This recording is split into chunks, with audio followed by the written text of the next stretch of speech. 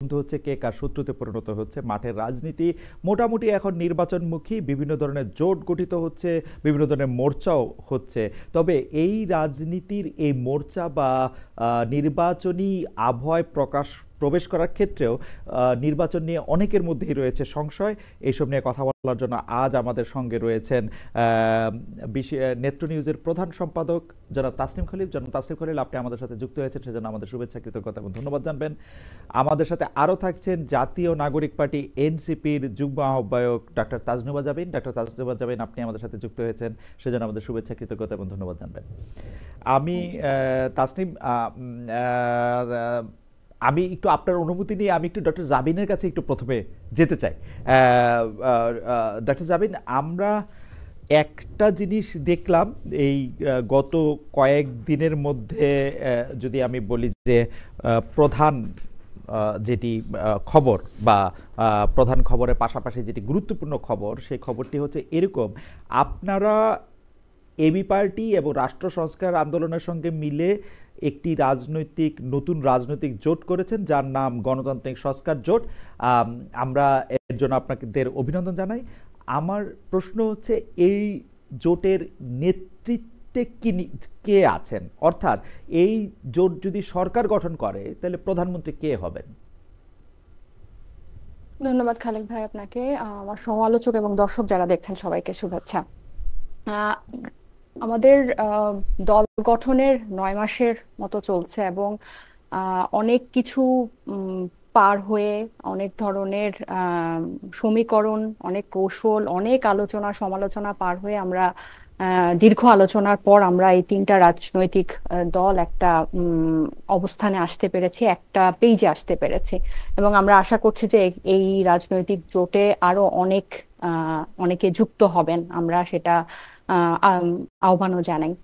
কিন্তু আপনি যে প্রশ্নটা করলেন যে সরাসরি একদম ক্ষমতার গেলে কি কি হবে, আমাদের এই রাজনৈতিক জোটটা মূলত ভোটের সমীকরণ বা ভোটের রাজনীতির থেকেও বেশি আমাদের একটা রাজনৈতিক বোঝাপড়া ভবিষ্যতের, মানে জুলাই গণ অভ্যুত্থান পরবর্তী যে রাজনীতি, আমাদের দেশ পরিবর্তনের নতুন রাজনৈতিক বন্দোবস্তের যে আমাদের আলোচনা, আমাদের যে পরিকল্পনা, সেই পথে আমরা আসলে আরো কিছু সঙ্গী যুক্ত করলাম। আমাদের মূল ফোকাসটা কিন্তু ওখানে। কেন ওখানে? কারণ গত 1.5 বছরে ভাঙা গড়া, মানে গত 15 মাসে বা গত 8-9 মাসে যে জিনিসটা আমরা সবচেয়ে বেশি রাজনীতির ময়দানে সবচেয়ে বেশি বাধা বা চ্যালেঞ্জিং মনে করি, সেটা হচ্ছে যে যারা পুরনো আছেন, মানে অনেক স্টাবলিশড রাজনৈতিক দল আছেন, তাদের সাথে আমাদের মৌলিক সংস্কারে যে আমাদের পার্থক্যটা এবং তাদের কাছ থেকে যে আমাদের বাধার যে একটা সম্মুখীন। তো আমাদের কাছে মনে হয়েছে যে এটা শুধু সামনের নির্বাচনটা এনসিপির রাজনৈতিক চলার পথে একটা অধ্যায়। তো সব ফোকাসটা যে আমাদের ওইখানে, এবং তখনই আমরা না, সরকার সব গঠন ফোকাস করে ওখানে তাকে ডক্টর প্রধান। জাবির, সব ফোকাস ওখানে না, মানে কিছু ফোকাস কি আছে এই ইলেকশনটা নিয়ে? কিছু ফোকাস থাকলে তো, অবশ্যই। হ্যাঁ, কিছু ফোকাস থাকলে তো এই মোর্চাটার নেতৃত্ব কে দিচ্ছেন সেটা নিশ্চয়ই আপনারা ঠিক করেছেন। আচ্ছা, এখানে একদম প্রাইমারি লেভেলে এখন পর্যন্ত ওভাবে কোনো নেতৃত্ব বা কোনো ধরনের পদ পদবি এটা নির্ধারণ হয়নি। আপনারা সংবাদ সম্মেলন থেকে দেখেছেন খালেদ ভাই যে এখানে নাহিদ ইসলামকে মুখপাত্র ঠিক করা হয়েছে। এবং ওই সংবাদ সম্মেলনে যে এবি পার্টি সভাপতি আছেন মঞ্জু ভাই, উনিও হুম। এটা বলেছেন যে স্বাভাবিকভাবেই যেহেতু গণ অভ্যুত্থানের পরবর্তী এবং তরুণদের নেতৃত্বে যে দল গঠিত হয়েছে, বা পুরো দেশের আসলে মনোযোগ বা আকর্ষণ ওকে। যেটাই বলেন রাজনীতিতে এই নতুনদের প্রতি, তো স্বাভাবিকভাবেই তারাই সেন্টারে থাকবে, এটা মঞ্জু ভাই বলেছেন। কিন্তু এটা আসলে এখনো এত প্রাইমারি লেভেলে, তো কারণ আমি আমার প্রাইমারি লেভেলে আমার একটু আমার বলি খালেদ ভাই, প্রাইমারি লেভেলে এজন্য বলছি কারণ পরিবর্তিত পরিস্থিতিতে, মানে গণ অভ্যুত্থানের পরে রাজনীতির যে কৌশল বা যে সমীকরণ, সেখানে এত আলোচনা এবং এত সমালোচনা, এত দিক বিবেচনা করে যে আমরা আসলে একটা পর্যায়ে পৌঁছেছি, এটাকেই আমি আসলে অনেক বড় সাকসেস হিসেবে দেখি। সো এর পরের ধাপে আমরা আম- কর্মসূচিতে যাব, এরপরে আমরা হয়তো নির্বাচনে যখন যাব তখন কিন্তু এই না চলতে চলতে এই না নেতৃত্বের বিষয়টা উঠে আসে। না ডক্টর জাবিন, আপনি হয়তো ঠিকই বলতেছেন যে আপনারা অনেক আলোচনা সমালোচনা নিজেদের মধ্যে আপনারা আলোচনা সমালোচনা সবচেয়ে বেশি করেছেন আমার ধারণা। তারপরেও আমি এরকম প্রথম, মানে আমার আমার আমার আমি রাজনৈতিক মোর্চা করা হয়েছে অথচ নেতৃত্বে কে থাকছেন সেটি এখনো ঠিক করা হয় নাই, ফোকাস ওদিকে না, এইটা আমার প্রথম অভিজ্ঞতা। আমি জানি না মানে এরকম আর কোথাও কখনো দেখেছি কিনা। নিশ্চয়ই এইটাও একটা নতুন বন্দোবস্তেরই একটা অংশ। আমার মনে হয় যে না, আমরা আমি ভবিষ্যতে, আমি আমি আমি আপনাকে আর দেখি বলছি নাই না যে, মনে হয়, আমি আর দেখি নাই হ্যাঁ মনে হয় না, এরকম। হ্যাঁ না দেখে থাকতে পারেন, কিন্তু আমি বলছি না যে এখান থেকে কোনো নেতৃত্ব বা কোনো ধরনের এই জোটটার কোনো ধরনের কাঠামোগত চেঞ্জ হবে না, এটা আমি বলছি না। কিন্তু একদম প্রাইমারি পর্যায়ে যখন এই জোটটা গঠন হয় তার আগে প্রচুর আলোচনা হয়েছে, আমাদেরকে অনেক কিছু চ্যালেঞ্জ মোকাবেলা করে আমরা যে একসাথে হতে পেরেছি, আমি সেটাকেই সফলতা দেখছি। ওকে এবং এইটার পরবর্তীতে ফোকাসটা ওইখানে যায় কিনা এটা কিন্তু আমাদের একসাথে পথ চলার উপরেই নির্ভর করবে। ওকে, আপনার এই জোট, চ্যালেঞ্জটা ওভারকাম করে আপনারা একসাথে হতে পেরেছেন, সেটাকে আপনারা একটা বড় জায়গা মনে করতেছেন। আমি শুধু একটু জানতে চেয়ে রাখি, আপনারা যখন এনসিপি গঠন করেছিলেন তখন থেকে শুরু করে আজকে পর্যন্ত আপনারা এরকম একটা জোট করবেন যার একজন বামপন্থী বলে পরিচিত, আরেকজন খুব ডানপন্থী যাদের নেতারা আগে জামাত করতেন, এরকম দুইটা দলের সাথে জোট করবেন, নির্বাচনী জোট, এইটা আপনাদের ভাবনাই ছিল কিনা, বা যখন আপনারা সে জোটটা করলেন তখন সেটাকে আপনারা একটা খুব সফলতা মনে করতেছেন কিনা? আমি আসছি আপনার কাছে প্রশ্নটা করে রাখলাম। জনাব তাসনিম খলিলের কাছে একটু যাই। জনাব তাসনিম খলিল, বিএনপির ভারপ্রাপ্ত চেয়ারম্যান তারেক রহমান যাতে নির্বাচনের তফসিল ঘোষণার আগে দেশে না ফেরেন, আপনি ফেসবুক পোস্ট দিয়ে সম্প্রতি, আপনার ফেসবুক পোস্টে সম্প্রতি এরকম একটা আহ্বান আমরা দেখলাম। তার নিরাপত্তা নিয়ে এক ধরনের ষড়যন্ত্র তত্ত্বের আভাস আছে আপনার লেখায়। আমাদের প্রশ্ন হচ্ছে তার জন্য হুমকি আসলে কারা? মানে আমি কিন্তু তার জন্য হুমকিটা খুঁজে পাইতেছি না। আপনার কাছে কি মনে হয় তার জন্য হুমকি কারা? নাকি তিনি একটা, মানে আমার যেটা মনে হয় যে তিনি একটা ড্রাম বিটিং করতেছেন, এক ধরনের ড্রামাটাইজেশন করতেছেন, এক ধরনের তার কিছু ডার্টি লন্ড্রি আছে সেগুলি পরিষ্কার করতেছেন, এবং তিনি একটা এন্ট্রি নিবেন যে এন্ট্রিটাতে মনে হয় যে যে গড়র প্রতীক্ষায় আমরা ছিলাম সেই গড় চলে আসছেন।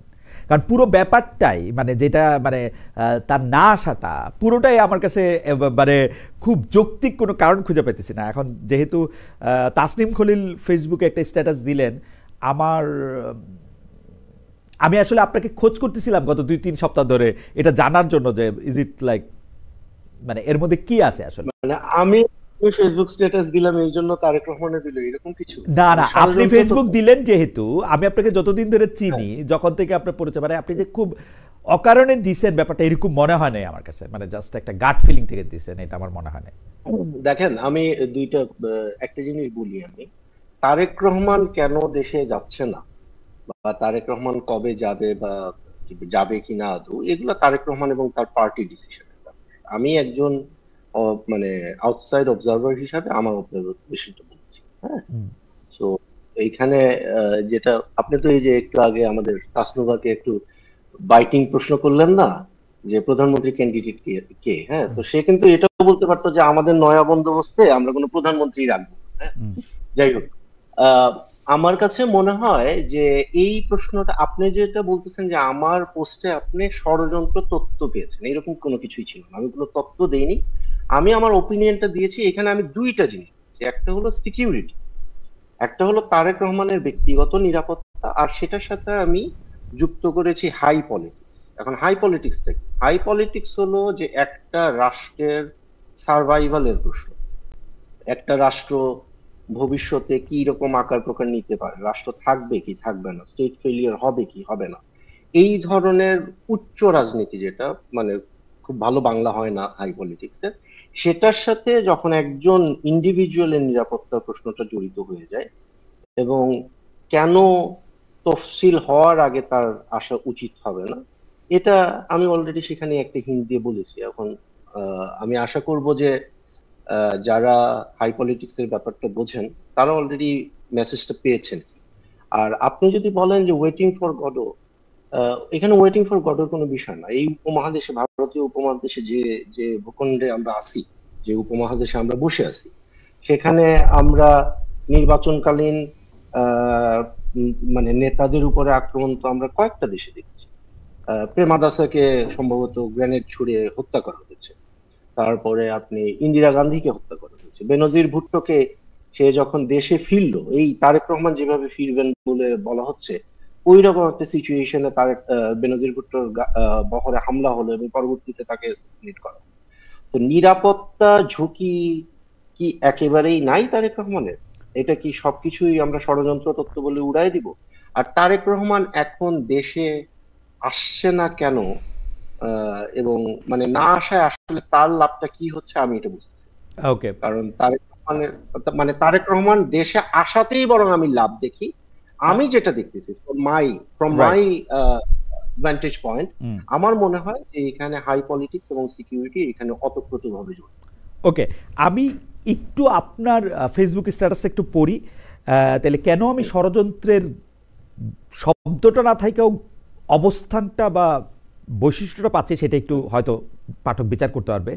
জাতীয় রাষ্ট্রের প্রতি দায়িত্ব মা বাবার দায়িত্ব থেকেও বড়। নির্বাচনের তফসিল ঘোষণার আগে তারেক রহমানের বাংলাদেশ ফেরা উচিত হবে না। Questions of security and high politics must trump emotions.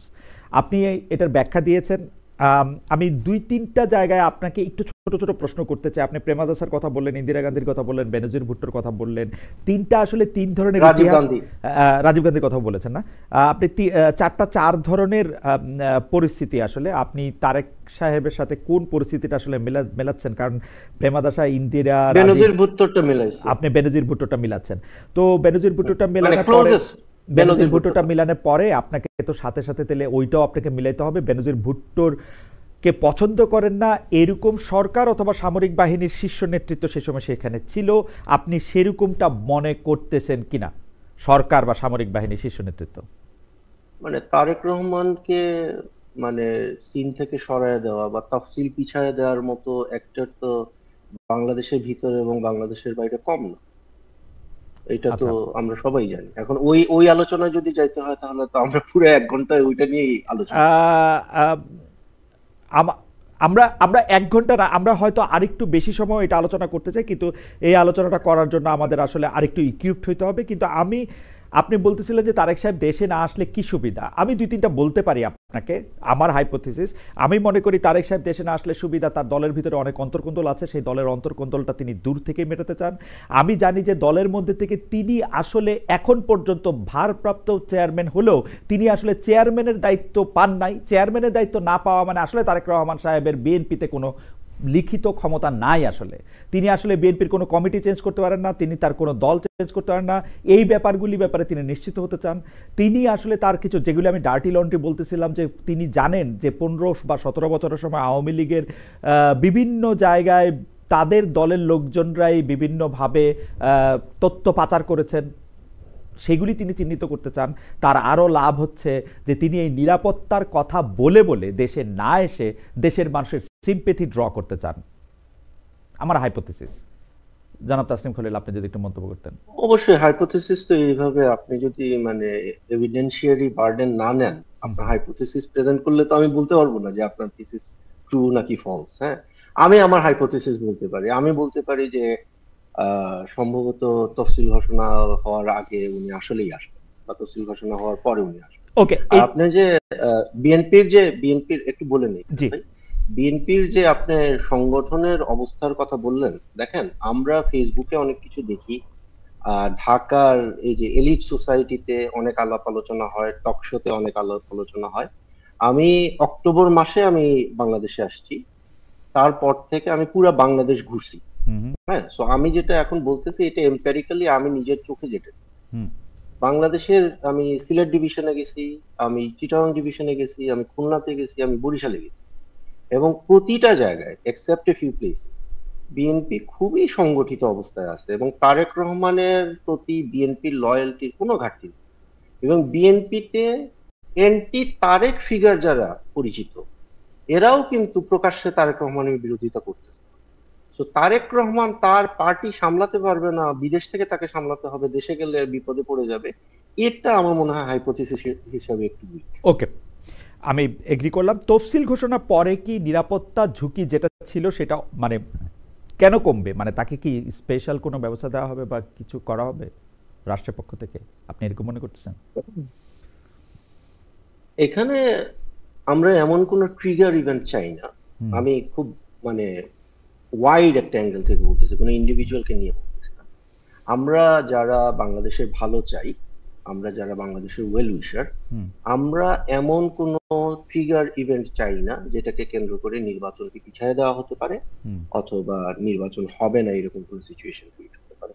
এটা অনেক ধরনের ফোর্স মাজুরে যেটা বলে, অ্যাক্ট অফ গড। কালকে যদি এখন ওকে ধরেন একটা ভয়াবহ ভূমিকম্প হয়ে গেল, হ্যাঁ, হুম কয়েকদিন আগে এই যে আমার এই বাসাতেই সকালবেলা হুম হুম ঘুম থেকে উঠার পরে দেখলাম ভূমিকম্প হচ্ছে। হুম তো এখন ভয়াবহ একটা ভূমিকম্প হয়ে গেল, তখন আপনার ইলেকশনটা পিছিয়ে দিতে হবে, রাইট? হুম অথবা ধরেন কোনো একটা রাজনৈতিক নেতা সমাবেশের এক কোনায় হুম একটা হামলা হলো, হুম সেটাকেও কেন্দ্র করে এমন কোনো অরাজক পরিস্থিতি সৃষ্টি হতে পারে যেটার কারণে ইলেকশন পিছিয়ে যেতে পারে। তো এই জন্য সব দিক বিচার করে আমরা এমন কোনো ট্রিগার ইভেন্ট চাচ্ছি না যেটার কারণে ইলেকশনের তফসিলটা পিছিয়ে দিতে এ- হয় বা নির্বাচনটাকে এই সাসপেন্ড করে রাখতে এই পর্যায়ে শেষ প্রশ্ন, এই কোন একটা রাজনৈতিক দলের কোনা দিয়ে একটা ছোট জিনিস বা কোন একটা রাজনৈতিক নেতা উপর আক্রমণ, সেটা জামাত বা এনসিপির উপরে হইলে হবে না, এটা তারেক রহমানের উপরেই হইতে হবে যদি কেউ হবে। পিছাতে না চায়। কেন, আমাদের জামাতের আমির সাহেবের সমাবেশেও হতে পারে, আমাদের তাসলিমা জাবিন এখানে আছেন, ওনার সমাবেশেও হতে পারে। আমরা এটা অবশ্যই চাই। ও তো- তো- আমরা উনাদের আমরা অন্তর্বর্তীকালীন সরকারকে উনাদেরও সুযোগ আহ্বান থাকলে, করব যেন সকলের নিরাপত্তা নিশ্চিত করা হয়। উনাদের সুযোগ থাকলে উনাদেরও বিদেশ থাকা উচিত এখন। ওনারা কি বিদেশ মানে বিদেশ থাকবেন কিনা, হুম। আপনার কি মনে হয় সেটা? আমার মানে আমি জানতে চাইতেছি আপনার কাছে যে উনাদের সুযোগ থাকলে উনারাও কি তফসিলের আগ পর্যন্ত বিদেশ থাকা উচিত কিনা। না, তাই এটা তো তাদের ডিসিশন। তাদের কাছে যদি ওকে মনে হয় যে তফসিলের আগে তারা বিদেশে থাকবেন, তফসিলের পরে তারা বিদেশ থেকে ফিরবেন, এটা তো তাদের ডিসিশন। ওকে এটা তো শফিকুর রহমান সাহেব তো নিয়মিত লন্ডন যাচ্ছেন, উনি কেন যাচ্ছেন সেটাও তার একটা হয়তো উনার কিছু অ্যাসেসমেন্ট আছে, তাই না? ওকে তাসলিম খলিল, আপনাকে ধন্যবাদ। আমি একটু দর্শক ডক্টর জাবিনের কাছে যাওয়ার আগে আমি একটু দর্শকদের মতামত পড়ি। নাইম খান সাহেব, উনি C7J, উনি আমাকে বলেছেন যে তারেক রহমান নিয়ে আপনার এত চুলকানি কেন খালেদ। আরেকজন বলছেন খালেদ ভাই, খালেদা জিয়া ভালো কিন্তু তার দল ভালো না, জামাত এটা বলে, কিন্তু আমার প্রশ্ন খালেদা আর বিএনপি কি আলাদা হয়? আমি একটু ডক্টর জাবিনের কাছে আসি। ডক্টর জাবিন, প্রথম যখন এনসিপি গঠিত হয়েছিল তখন এনসিপি নিজেদেরকে যেরকম একটি দল হিসেবে দাবি করেছিল বা আত্মপ্রকাশ করেছিল, এখন আপনারা এই পথ পাড়ি দিয়ে এসে যেটাকে আপনি চ্যালেঞ্জ বলছেন, আমি ভিতরে বাহিরে নানা ধরনের চ্যালেঞ্জে দেখছি। আপনাদের দলের একজন নেতা তিনি এরকম বলছেন, বাইরের বিএনপি আর জামাতকে কি করে সামলাবো, আমরা তো আব্দুল কাদেরকেই সামলাতে পারছি না। আমি বিএনপি এনসিপির একজন প্রার্থীর কথা বলছি, যে তিনি এরকম কথা বলছেন। যে এই চ্যালেঞ্জটার পরে আপনারা এখন যে জোটটা গঠন করেছেন এবি পার্টির সাথে এবং রাষ্ট্র সংস্কার আন্দোলনের সাথে, এতে আপনারা আপনাদেরকে সফল মনে করেন কিনা? মানে আপনারা এই চ্যালেঞ্জটা অতিক্রম করেছেন, একটা ভালো জায়গায় এসেছেন, এরকম মনে করেন কিনা? হ্যাঁ, এটা আমি তো যখন লাস্টবার বলছিলাম, এটা অবশ্যই এটা একটা বিরাট সাফল্য। এই কারণে আপনি বলছিলেন না যে ডান ঘরানার বাম ঘরানার সাথে জোট করার কোনো পরিকল্পনা ছিল কিনা বা আমরা যখন দল শুরু করি।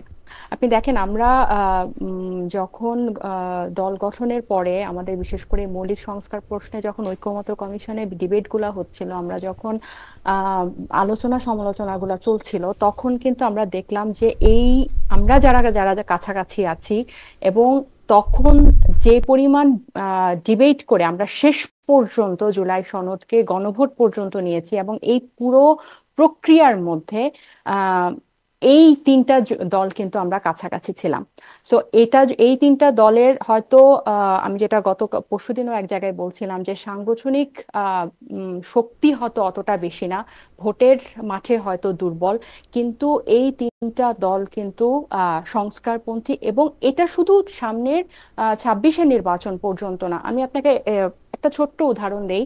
আজকেই দুর্নীতি বিরোধী দিবসে তারেক রহমান সাহেব কিছু দুর্নীতির বিরুদ্ধে যুদ্ধে ওনাদের কিছু পরিকল্পনার কথা বলেছেন। তার মধ্যে প্রথমটা হচ্ছে হচ্ছে স্বাধীন সাংবিধানিক প্রতিষ্ঠান, যেখানে দুদক আর নির্বাচন কমিশনের কথা উল্লেখ করেছেন। ওনারা কিন্তু সংস্কার প্রস্তাবে দুদকের প্রধান যে একজন নিরপেক্ষ বডি নিয়োগ দিবে সরকারের নির্বাহী ক্ষমতার বাইরে গিয়ে, সেটাতে কিন্তু ওনারা রাজি হয় নাই। ওনারা এই পরিকল্পনার মধ্যে উনি পুলিশের সংস্কারের কথা বলেছেন, অথচ পুলিশ অধ্যাদেশ যেটা অনুমোদন হয়েছে বা খসড়া, সেটাতে ওনাদের আপত্তি ছিল। ওনারা চিঠি দিয়ে, বিবৃতি দিয়ে সেটাতে বাধা দিয়েছেন। সো এই যে অঙ্গীকার ভঙ্গের যে একটা সংস্কৃতি বাংলাদেশের অতীত থেকে আছে, রাজনীতিতে আছে, এটা মোকাবেলা করার জন্য 26-এর পরবর্তী নির্বাচনেও কিন্তু আমাদের একটা জোরালো ভয়েস লাগবে, আমাদের একটা জোরালো জোট লাগবে। তো এই তিনটা দল কিন্তু আমার কাছে মনে হয় যে এসব প্রশ্নে অনেক জোরালো ভূমিকা রাখতে পারবে। ডক্টর জাবিন, আপনি আদর্শগত মিলে কথা বলছেন এই তিনটা দলের, মানে আমি এনসিপির কথা জানি না, কারণ এনসিপির প্রশ্ন করে কোনো জবাব পাই না। আদর্শগত মিল এবি পার্টি আর রাষ্ট্র সংস্কার আন্দোলনের মধ্যে আছে বলছেন? না, আমি বলছি যে জুলাই গণ অভ্যুত্থানের যে আকাঙ্ক্ষা যেটা ছিল, যে আমাদের পুরনো যে নিয়ম কানুনগুলা ছিল রাষ্ট্র কাঠামোর, সেগুলোর পরিবর্তনের জন্য আমরা তো একদম শুরু থেকে সংবিধানের পরিবর্তন হয়ে গণপরিষদের মাধ্যমে চেয়েছিলাম, সেটা হয় নাই। সেখান থেকে জুলাই সনদের উপর অনেক আলোচনা হয়ে সর্বশেষ গণভোটে গেল। এই পদগুলা কিন্তু আমরা আলাদা আলাদা তিনটা দল একসাথে পার করেছে। আমি একটা কথা বলি খালেদ ভাই, যে আপনি আদর্শের কথা বলছেন, আপনি দেখেন গত কয়েক মাসে আপনার মনে পড়ে জুলাইয়ের হত্যাকাণ্ডের বা বাংলাদেশের গত 54 বছরে বাংলাদেশের উন্নতি বা এই জুলাই গণ অভ্যুত্থান কেন হলো, এটা আমাদের কোনো আমাদের ব্রেইনে আছে, আমাদের স্মৃতিতে আছে। এটা পুরাটা ওয়াশ আউট হয়ে গেছে নির্বাচন দিয়ে, পুরাটাই, মানে একেবারে। এবং আমি একটু কথা বলি, কার কথা বলছেন? এনসিপির ওয়াশ আউট হয়ে গেছে সেটা দেখতে পাচ্ছি, আমাদের আছে। আমি না না না, এটা ভুল বললেন। কিভাবে আছে আপনি দেখেন, আমার মাথায় তো আর আপনি নাই, আমার মাথায় তো আপনি নাই, এনসিপির মাথায় আপনি আছেন, আমার মাথায় তো আপনি নাই। আপনি তো জানেন না যে এটা ওয়াশ আউট হয়ে গেছে কিনা। আমি ভুল কেমনে বলবো? আপনি কি এটা কোনো আলোচনা দেখেন? আপনি দেখেন লক্ষ্মীপুরে, আমি পরশুদিনের নিউজ বলি, আমি লক্ষ্মীপুরে একটা জেলা যুবলীগের সভাপতির ছাদ থেকে 25-30 জন অস্ত্রধারী সাধারণ ছাত্রদের উপর গুলি করেছিল। পরশুদিনের নিউজ বলছি আমি, পরশুদিন বা তার আগের দিনে লক্ষ্মীপুরে একটা অস্ত্র উদ্ধার হয় নাই। তারা রেস নিয়ে লক্ষ্মীপুরে এখনো নিহতর, ওখানে 4 জন ছাত্র নিহত হয়েছে, বেশ কয়েকজন আহত হয়েছে।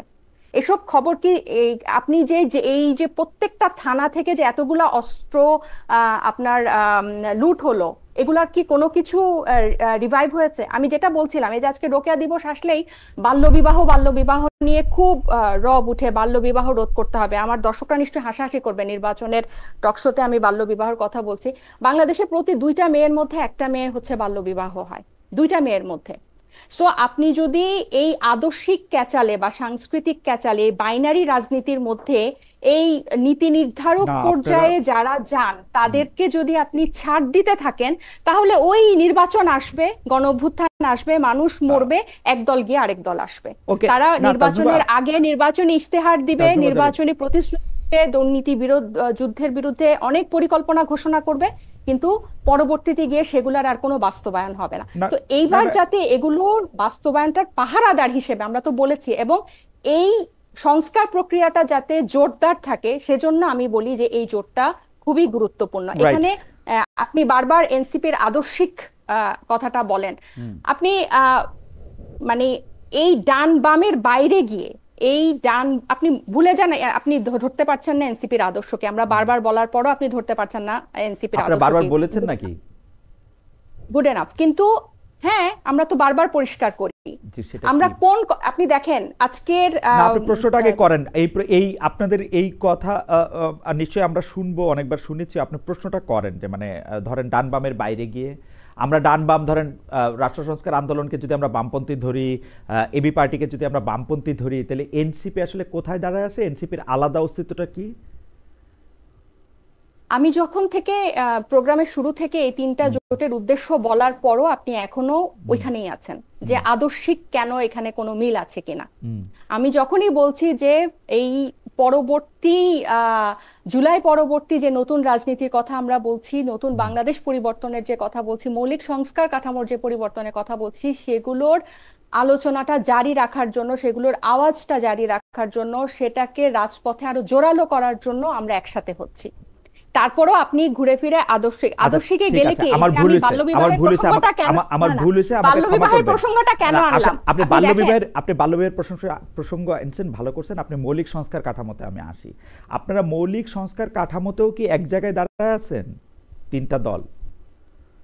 আমার জানার জন্য হ্যাঁ, জানতেছি মৌলিক হ্যাঁ, আমরা সংস্কার কি কাঠামো। আমরা কি জুলাই সনদের এই যেই সুপারিশগুলাতে আমরা একমত হয়েছি, বা যেগুলা এই গণভোটে নেওয়া জুলাই পর্যন্ত, সনদ এটাতে কি আমরা পুরা প্রক্রিয়াটাতে কি আমরা কাছাকাছি ছিলাম না? পুরা আমরা কি সাংবিধানিক ছিলেন প্রতিষ্ঠানগুলো নিরপেক্ষ ছিলেন নিয়োগ চাই নাই? আমরা তত্ত্বাবধায়ক সরকার ব্যবস্থাটার একটা ছিলেন নিরপেক্ষ নিয়োগ চাই নাই? এবং ছিলেন হ্যাঁ, আমরা আপনাদের সবচেয়ে কাছাকাছি ছিল জামায়াতে ইসলামী, এই যেগুলি বললেন সেগুলির মধ্যে। তো তাদের সাথে তো আপনারা জোট করতে পারেন নাই।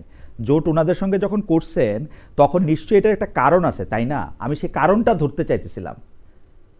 আমরা তো বিএনপির সাথেও জোট করি না এখানে। জামাত হ্যাঁ, বিএনপির বিএনপির সাথেও করেন নাই। বিএনপি আমি আপনাদের থেকে একটা একটু কথা দূরে বলি, ছিল, কিন্তু আপনি জামায়াত দেখেন আপনাদের খুব কাছাকাছি এই ছিল।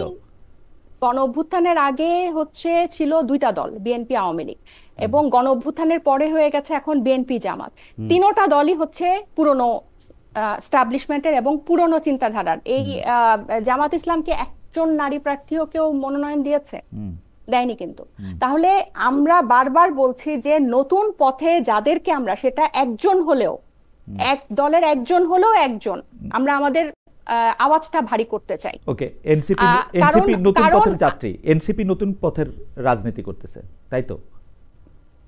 অবশ্যই, এটাই তো আমরা বলে আসছি। কারণ আপনি দেখেন এই যে এবি পার্টি এবং নির্বাচনের রাষ্ট্র সংস্কার আন্দোলনও,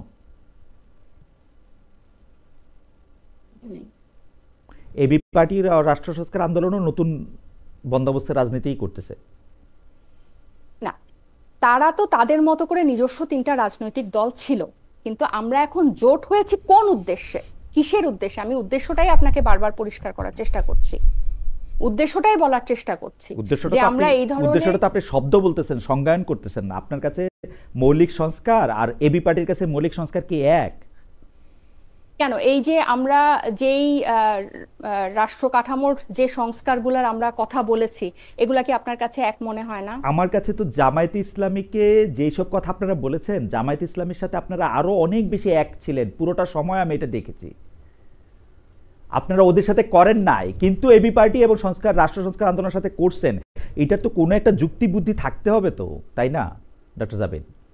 কারণ এই দুটা দলের সাথে আমাদের বেশি বোঝাপড়া মিলেছে। কেন আমরা পুরনো? কারণ এই তিনটা দলই কিন্তু নতুন, মানে নতুন রাজনৈতিক দল। আমি কেন পুরনো? আপনি দেখেন আজকে যে 18-20 কোটি মানুষের দেশে 1300 মানুষের উপর জরিপ নিয়ে যে পাতায় পাতায় প্রকাশিত হয়, আপনি জরিপটাকে মোটা দাগে যদি দেখেন, দেখবেন যে মানে নতুনরা অজনপ্রিয়, নতুনরা ব্যর্থ, এরকম একটা পিকচারই এখানে আসছে, এবং পুরনোরা এখনো জনপ্রিয়, পুরনোরাই ক্ষমতায় যাবে, এরকম একটা জিনিস পোট্রে করারই থাকে।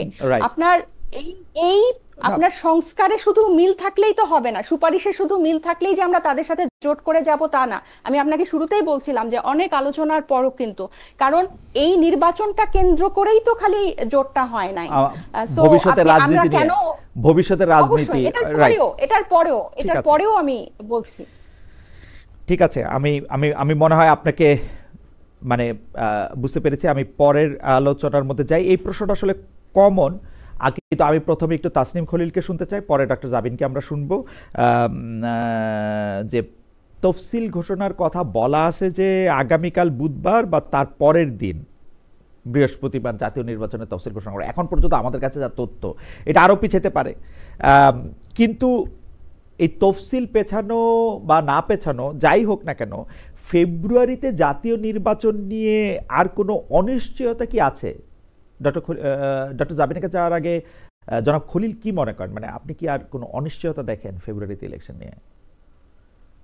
না, আমি দেখি না। এখানে অনেক চেষ্টা চরিত্র হয়েছে মনে হয় ইলেকশন পিছানোর। আমরা তো একবার দেখলাম যে গভর্নমেন্ট জুন মাসের পরে ইলেকশন দিতে চেয়েছিল, বাট পরে সেখান থেকে সরে এসে তারা ফেব্রুয়ারিতে ইলেকশন করবে এরকম একটা ঘোষণা দিল। তফসিল কালকেই হয়ে যাওয়ার কথা আমরা যতদূর শুনতেছি, বা এর পরের দিন হবে। এরপরে আমার মনে হয় একবার তফসিল ঘোষণা হয়ে গেলে এই এন্টায়ার সিস্টেম, আপনি তো অ্যাডমিনিস্ট্রেশনের ছিলেন, আপনি জানেন যে নির্বাচনকালীন সময়ে রাষ্ট্র পুরোপুরি মানে অন্য একটা ট্রেনে উঠে যায়, না অন্য একটা লাইনে উঠে যায় ট্রেন।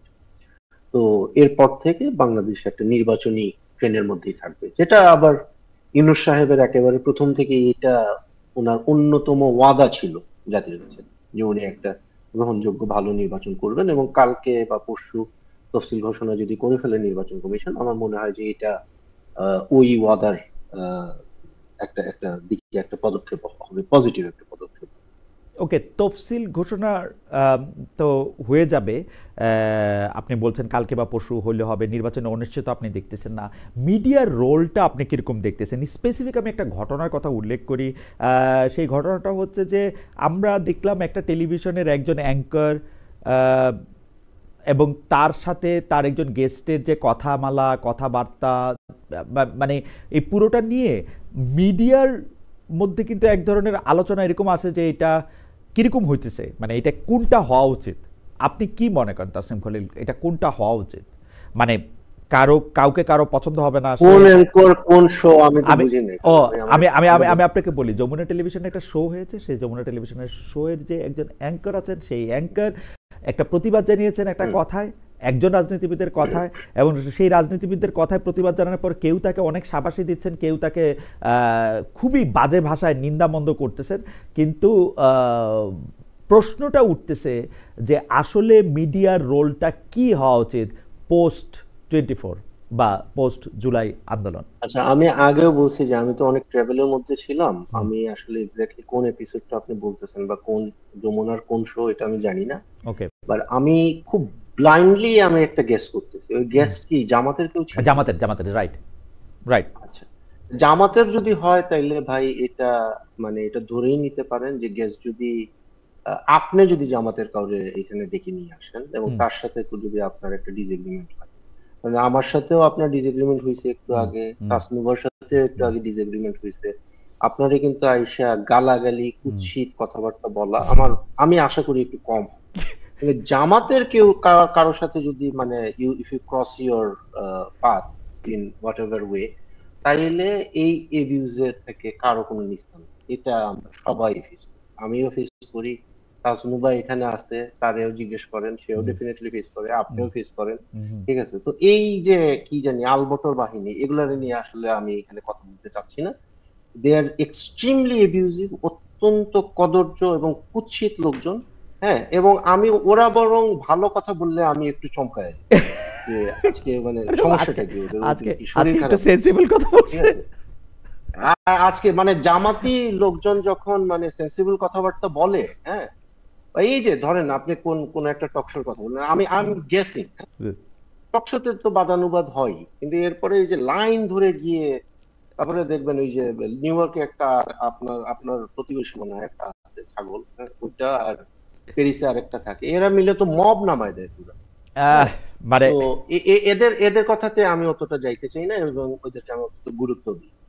আচ্ছা, এই পর্বে আমি ডক্টর জাবিনের কাছে আসার আগে একটা শেষ প্রশ্ন। আমরা কিন্তু ডক্টর জাবিনদের যে এখন জোট সঙ্গী, সে এবি পার্টির সাধারণ সম্পাদককে এক ধরনের প্রতিবাদের বা মবের শিকার হতে আমরা দেখলাম। যদি ও তাকে ভুয়া বলা বা তাকে গায়ে হাত না দিলেও তাকে অনেক গালাগালি করা,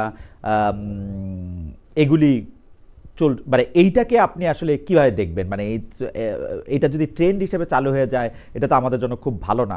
আমার একজন বন্ধু মনে করে দিচ্ছেন, তাসনিম আপনি যখন জামাতের কথা বলতেছিলেন তখন আমি একটু হাসতেছিলাম, আমার একজন বন্ধু মনে করে দিচ্ছেন, খালেদ প্লিজ ডোন্ট লাফ, কারণ সর্বশেষ আমি যে অসাধারণ আক্রমণ এনসিপির মাধ্যমে হয়েছিলাম সেটি হেসেই, এবং জামাতের জন্য হাসলে তার চেয়ে দ্বিগুণ আক্রান্ত আমার হওয়ার কথা হিসাবে, জানি না, যাই হোক হাসি নাই ভাই। তারপরে এখন খলিল একটু বলেন যে এটার মধ্যে আমরা আসলে ফুয়াদ সাহেবকে যে ইয়ে করা হয়েছে ওইটা আমি ফুল কন্টেক্সট আসলে জানি না, আমি জাস্ট একটা পার্ট অফ দ্য ভিডিও আমি দেখছি। ডেফিনেটলি ওইখানে ওনাকে যেভাবে দেখলাম যে রীতিমতো মানে সরায়ে নিয়ে যাওয়া হচ্ছে। ডেফিনেটলি ওইখানে ওনার উপরে কোনো থ্রেট ছিল বা এই ধরনের কিছু একটা ছিল। তো এটা আমার আসলে আমি আশা করব যে নির্বাচনী প্রচারণাকালে যদি কোনো প্রার্থী বা পার্টির লোকজন যদি কোথাও যান, এটা প্রশাসনের দায়িত্ব, সে যে পার্টিরই হোক, এনসিপি হোক, জামাত হোক, বিএনপি হোক, সিপিবি হোক, গণসংহতি আন্দোলন হোক, প্রত্যেকের নিরাপত্তা নিশ্চিত করার দায়িত্ব স্থানীয় প্রশাসনের, পুলিশ প্রশাসন। এবং এইখানে যে নির্বাচনের তফসিল ঘোষণা করার আগেই যে এই ধরনের একটা ঘটনা ঘটলো, এটা অবশ্যই উদ্বেগের একটা একটা একটা কারণ। ওকে, আমি একটু ডক্টর জাবিনের কাছে যাই। আমাদের একজন দর্শক, তার নাম মিজানুর রহমান মিঠুন। তিনি বলছেন, আমি মিজানুর রহমান মিঠুন কুষ্টিয়া থেকে দেখছি। খালেদ ভাই, আপনি কাকে বেশি ভয় পান, বিএনপি, আওয়ামী লীগ, এনসিপি না জামাত? না, আমি কাউকে আসলে ভয় পাই না। আমি একটু ডক্টর জাবিনের কাছে যাই। ডক্টর জাবিন, যে 3টি প্রশ্ন আসলে আমি জনাব তাসনিম খলিলকে করেছিলাম, সেই তাসনিম খলিলের প্রশ্নটা আবার আপনাকে একটু বলি, কারণ একটু মনে করে দিই। সেটা হচ্ছে যে বুধবার বা বৃহস্পতিবার যদি জাতীয় নির্বাচনের তফসিল ঘোষণা করা হয়, ফেব্রুয়ারিতে জাতীয় নির্বাচন নিয়ে আর কোনো সংশয় আপনার থাকছে কিনা। আমি আপনার কাছে এই উত্তরটা পাওয়ার আগে দর্শকদের কাছে একটু জানতে চেয়েছিলাম, এবি পার্টি ও রাষ্ট্র সংস্কার আন্দোলনের সঙ্গে নিয়ে 3 দলীয় গণতন্ত্র নির্বাচনে কোনো সংশয় কি থাকছে কিনা ডক্টর জাবিন? না, আমি মনে করছি না যে কোনো ধরনের আর সন্দেহ বা কোনো কিছু থাকবে। তফসিল ঘোষণা এমনিতেই পুরো দেশ এখন সব রাজনৈতিক দল এখন নির্বাচনমুখী, এবং কালকে পরশু তফসিল ঘোষণা হলে সেটা আরো বেশি আম, মানে একদম স্পষ্ট হয়ে যাবে, বা ওই পুরো দমে নির্বাচনের প্রস্তুতি নিবে সব দল। ওকে, আপনি মিডিয়ার কথা আসছিলাম হ্যাঁ, না। আপনি মিডিয়ার কি কথা মানে আমি আমি কি একটা প্রশ্নটা করব যে মানে উপস্থাপক, এবং আপনি জানেন যে একজন না, রাজনৈতিক ওই প্রোগ্রামেই হচ্ছে আমি পরের আমি জাস্ট একটা হ্যাঁ, অভিজ্ঞতা আর কি, জাস্ট এটা হ্যাঁ, মানে আপনাদের সাথে শেয়ার করা। পরের দিনই আমি ওই শোতে গিয়েছিলাম। হুম, হুম, তো শো শেষ করে বাসায় আসার পর আমার ইউটিউবের নিচে একটা কমেন্ট চোখে পড়লো, যে আমি আর উপস্থাপিকা কথা বলছিলাম ওরকম একটা লিংকের নিচে, যে দুজনেরই চরিত্রে দাগ আছে। তো এটা হচ্ছে ওই যে খলিল ভাই যেটা বললো, মানে কারো বিরুদ্ধে গেলেই হচ্ছে খুব একটা সংঘবদ্ধ, মানে এখনো হয়তো শুরু ও হয়ে যাবে।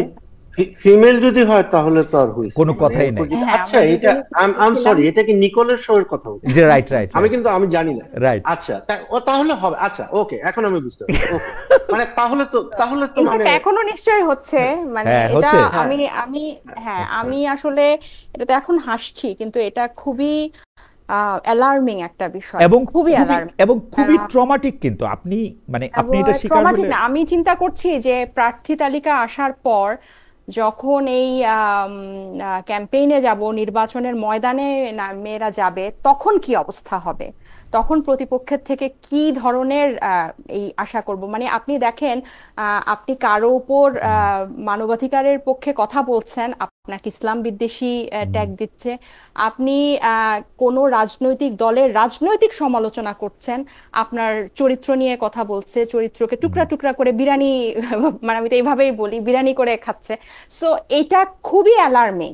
এবং আমার অনেক বন্ধু বান্ধব আছে, খালেদ ভাই আপনারও নিশ্চয়ই প্রশাসনে অনেক পরিচিত আছে, আমি কিন্তু আমার ফ্রেন্ডের থেকে শুনি যে এগুলো কিন্তু আইসিটিতে, মানে যে ডিপার্টমেন্ট, এটা কিন্তু কন্ট্রোল করা সম্ভব, এই সাইবার বুলিংটা কন্ট্রোল করা সম্ভব, এই ধরনের মানে মানে অবিশ্বাস্য রকমের এই কমেন্ট গুলা, হাজার হাজার কমেন্ট এট এ টাইম, এক একটা অ্যাকাউন্ট থেকে 10-20টা করে একই ধরনের কুৎসিত মানে কমেন্ট, এগুলা কিন্তু মনিটর করা সম্ভব, এই অ্যাকাউন্টগুলোর বিরুদ্ধে কিন্তু ব্যবস্থা নেওয়া সম্ভব।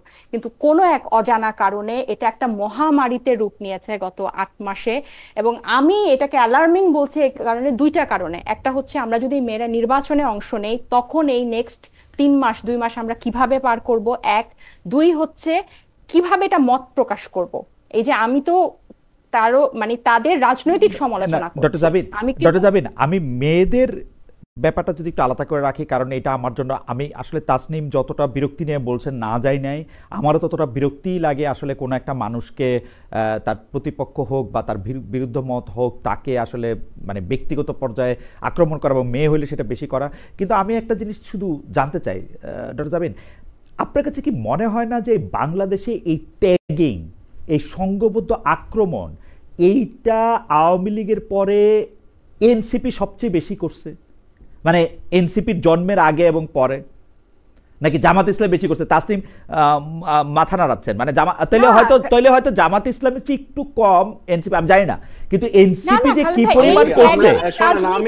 জি, আপনি মনে ভুল বলছেন। এই ট্যাগিং এর রাজনীতি সবচেয়ে বড় ভিকটিম এনসিপি, তাই সবচেয়ে বড় ভিকটিম। আচ্ছা, আমি আপনাকে কয়টা উদাহরণ এটা আপনার দাবি। আমি একটু তাসনিমকে শুনি, ট্যাগিং এর রাজনীতির ভিত্তি আচ্ছা তাসনুবা একটু আমি আপনার ডিফেন্সের কথা বলি, ঠিক আছে? শোনেন, এই ট্যাগিং এবং সাইবার বুলিং এর মানে ক্ষেত্রে আমি একটা কি, মানে যারা আমাকে ফেসবুকে ফলো করে, এভরিওয়ান নোজ, মানে এটা বছরের পর বছর ধরে চলে আসছে।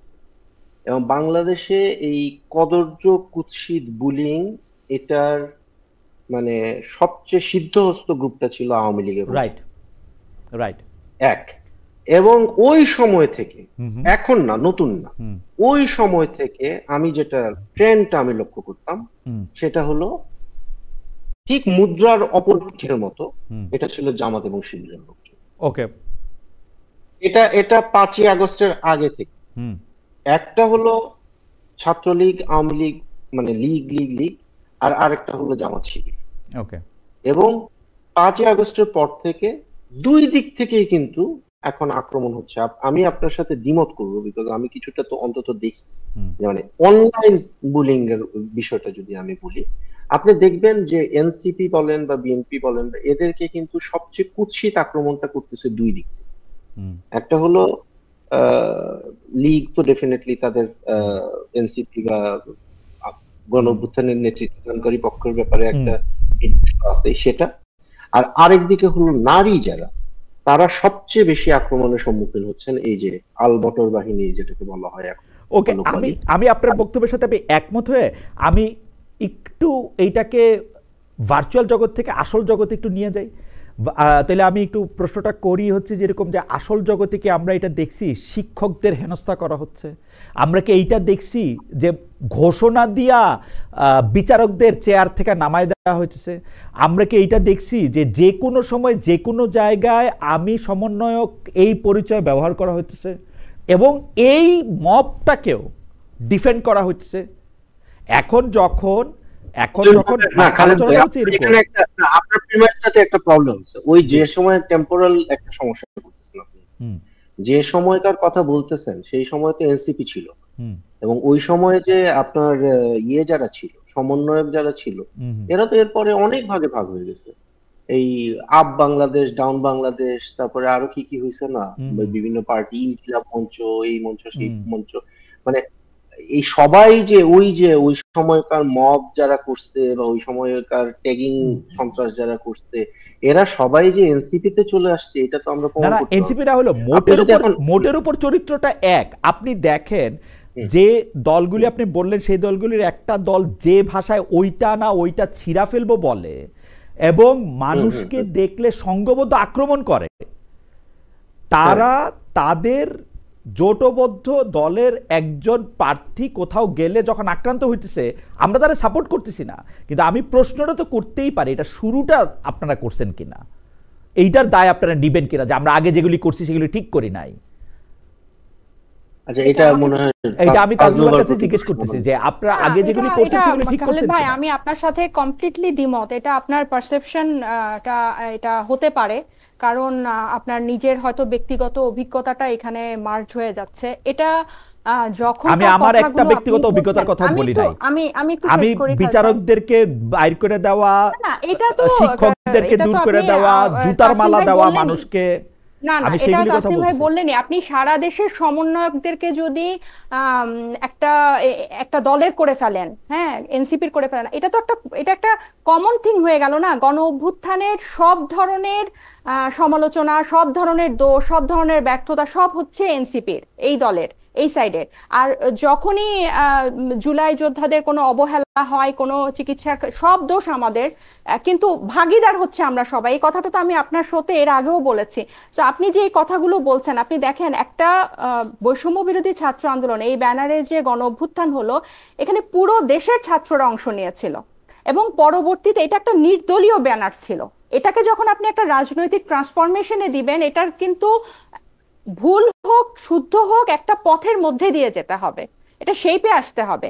এখন তখন যা যা হয়েছিল এটার জন্য যদি এখনো এটাকেই কোরিলেট করে আপনি বলেন যে এটার সূত্রপাত আমরা করেছি, এটা অত্যন্ত ভুল কথা। কারণ এটা সবচেয়ে বড় ভিকটিম, আমি যেটা বলছি, এই যে ট্যাগিং করা বা এই ধরনের সবকিছুর মানে ফোকাসটা এনসিপির উপর রাখা, বা এই নতুনরা বিশেষ করে এই সবগুলোর বয়ানটা গিয়ে কোথায় শেষ হয়, যে নতুনরা পুরানোদের মতো। সব জায়গায় এস্টাবলিশমেন্টে যে নতুনরা পুরানোদের মতো, আসলে এটা নতুনরা establish পুরানদের মতো করারই না, কিন্তু আসলে নতুনরা পুরানদের মতো না। অবশ্যই না। কারণ এবং আমি এটাও স্বীকার করি যে 15 মাস বা 9 মাস যথেষ্ট না এটা প্রমাণ করার জন্য। এইটা বুঝতে পারি যে 15 মাস বা 9 মাস প্রমাণ করা যথেষ্ট না হলে আপনাদের যে মিল আছে মানে সেইটা তো বোঝা যায়। এটা হচ্ছে এই যে আপনি আজকে এটা হচ্ছে এই মিলটা যে আপনারা মাইক্রোস্কোপ দিয়ে খুঁজে খুঁজে বের করেন, আপনারা দেখেন মাইক্রোস্কোপিক্যাল মিলগুলা খুঁজে বের করেন, আর যেগুলা ম্যাক্রোস্কোপিক্যাল মিল ওগুলো আপনাদের আমি আসলে ডক্টর জাবিন আমি আসলে সরি, পুরনো রাজনৈতিক দলগুলোর থেকে আপনাদের কোনো অমিলে আমি দেখি না, একটিও না। আপনি একটু আমাকে একটু সময় দেন। আমি একটিও দেখি না। আপনি একটু সময় দেন আমাকে। জি বলেন, অমিল বলেন তো একটা দুইটা ধরেন। আপনি বিএনপি বা জামাত বা আওয়ামী লীগকে, আপনি বিএনপি জামাত আওয়ামী লীগকে ধরেন। আপনি শুনেন, আপনি এনসিপির যতজনকে চেনেন, যতজনের চেহারা নাম জানেন, এরা কয়টা পরিবার থেকে আসছে, আমাদের কি লিগেসি আছে? ও লিগেসির কথা বলতেছেন? একটু দাঁড়ান, আপনি একটু শেষ, আমি এগুলো থেকে শুরু করে আমি সব শেষ করি। 1949 সালে আওয়ামী লীগ ধরেন, 1979 সালের বিএনপি ধরেন, এক এক পরিবার থেকে আসছে। যখন শুরু হয়েছে তখন থেকে ধরবেন তো। এখানে বাংলাদেশের শাসন কাঠামোতে পরিবারতন্ত্র, ব্যক্তিতন্ত্র ছাড়া কখনোই কোনো রাষ্ট্র কাঠামো ছিল না। আপনি আমাকে শেষ করতে দেন, আপনি আমাকে অমিলগুলো আরেকটু দেখাতে দেন, আপনি বলছেন আপনি আওয়ামী লীগ বিএনপির মধ্যে আমাদের সাথে কোনো পার্থক্য আপনি খুঁজে পান না, একটিও না পান না। আপনি দেখেন এই 272 জনের প্রার্থী তালিকা তারা ঘোষণা করেছে, সেখানে মাত্র 4.7% নারী প্রার্থী আছে। আর এইটা হচ্ছে সেই পুরনো দশক ধরে তারা রাজনীতি করছে। আর আমরা 2024 সালে 25 সালে জন্ম নিয়ে আমরা এখন ওই ফাইটটাই দিচ্ছি। আপনি কিভাবে এখানে মিল খুঁজে পান? তারা তারা তৈরি করতে পারে নাই, তারা কোন সাংবিধানিক প্রতিষ্ঠানকে নির্বাহী ক্ষমতা থেকে আলাদা করতে পারে নাই। আমরা আপনি কি মনে করেন যে এনসিপি যদি বা এই নতুন পোর্শনটা যদি জুলাই গণঅভ্যুত্থানের পরে না থাকতো, এই টোটাল জুলাই সনদ জিনিসটা হতো, এই সংস্কারের আলোচনা হতো, এই গণভোট হতো না। এই গণভোট, এই জুলাই সনদ এনসিপি কে পুরনো রাজনৈতিক দল থেকে অনেকগুলি ভালো জিনিস পাইছেন। কিভাবে এই অমিল খুঁজে পান না? মানে জুলাই সনদ হইতো, জুলাই সনদ। আচ্ছা না, আমি একটু জানতে চাচ্ছিলাম পরিবারতন্ত্রের। আচ্ছা তাজনুবা, আপনাদের তো কখনোই কিন্তু জুলাই সনদ হতো না যদি এই শুধু বিএনপি জামাতের এই নতুন কেউ এই পোর্শনটাতে, এই ময়দানে যদি নতুনরা না আসতো। দেখেন আমি কি একটা প্রশ্ন করতে পারি? আচ্ছা একটা সেকেন্ড, হ্যাঁ ডক্টর জাবিন আপনাকে একটা প্রশ্ন করতে চাচ্ছি।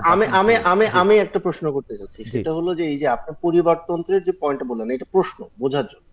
হ্যাঁ, ধরেন খালেদা জিয়ার ছেলে তারেক রহমান বা শেখ মুজিবের মেয়ে শেখ হাসিনা, এইরকম তো কিছু পরিবার আছে, কিন্তু আপনাদের নেতৃবৃন্দের তো মাত্র বিয়ে শাদী হইতেছে। মানে আপনারা কি এরকম কোন নাহিদ ইসলামের বাচ্চা কাচ্চারা কি এনসিপি করতে পারবে না? না, আপনি আমার পয়েন্টটা ভুল করেছেন। আমি বিএনপির কথাই বলি। কেন প্রধানমন্ত্রী, ওনার দলের প্রধান সবকিছু এক পরিবার থেকে হতে হবে? সেটা তো কেন বিএনপি থেকে কি ইলেক্টেড হয় নাই? শেখ হাসিনা তো ইলেক্টেড ছিল। না শেখ হাসিনা তো, এটা তো আমি এই দুটো পরিবারের কথা বলছি। আমার মনে হয় ডক্টর জাবিন আপনি তুলনাটা সঠিক দিচ্ছেন। কেন আপনি সঠিক দিচ্ছেন আমি আপনাকে বলি। জিয়াউর রহমান সাহেব যখন এই দলের নাম কি, বিএনপি, জনদল হয়ে বিএনপি গঠন করেছেন, তখন কিন্তু তার স্ত্রী পুত্র এটা প্রধানমন্ত্রী, প্রেসিডেন্ট কিছু হন নাই। আপনারা মাত্র শুরু করছেন, আপনারা তুলনা দেন 78-এর বিএনপির সঙ্গে, 49-এর আওয়ামী লীগের সঙ্গে, তাহলে তুলনাটা সমান হবে। ঠিক আছে, ওরা পরে দিয়ে গিয়ে কি করবে, আপনারা পরে দিয়ে গিয়ে কি করবেন আমরা জানি না তো। ঠিক আছে, আপনি যখন উৎস নিয়ে তুলনা দিবেন, আপনি উৎস নিয়েই তুলনা দেন। হ্যাঁ, এবার আপনারা আমাকে একটু বলতে দিবেন। মানে আবার কি বলেন? আপনার প্রশ্ন ছিল, প্রশ্নগুলি করতে হতো আর কি।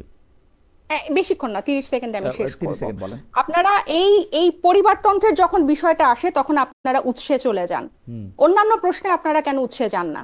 এই যে একটু আগে আপনি বিএনপি জামাতের সাথে কোনো মিল খুঁজে পান না, আপনি কি উৎসের সাথে তুলনা করেছেন? আপনাদের কর্মের সাথে 78-এর কর্মের সাথে বিএনপির সাথে কর্মের সাথে 24-এর না, সেটা এনসিপি সেটা তুলনা উৎসের সাথে না, করেছেন? করেন কর্মের নাই। সাথে, কর্মের সাথে না না, একদম। এই যে আপনারা আপনি পরে যখন কর্ম যেটা যে করছেন ফর্মুলায় আপনার সুবিধা হবে সেটা ফেললে তো এটা হয় না। তো আপনি আমি যখন ফর্মুলার কথা পরিবারতন্ত্রের কথা বলি, না। আমাকে একটু শেষ করতে দেন 30 সেকেন্ড।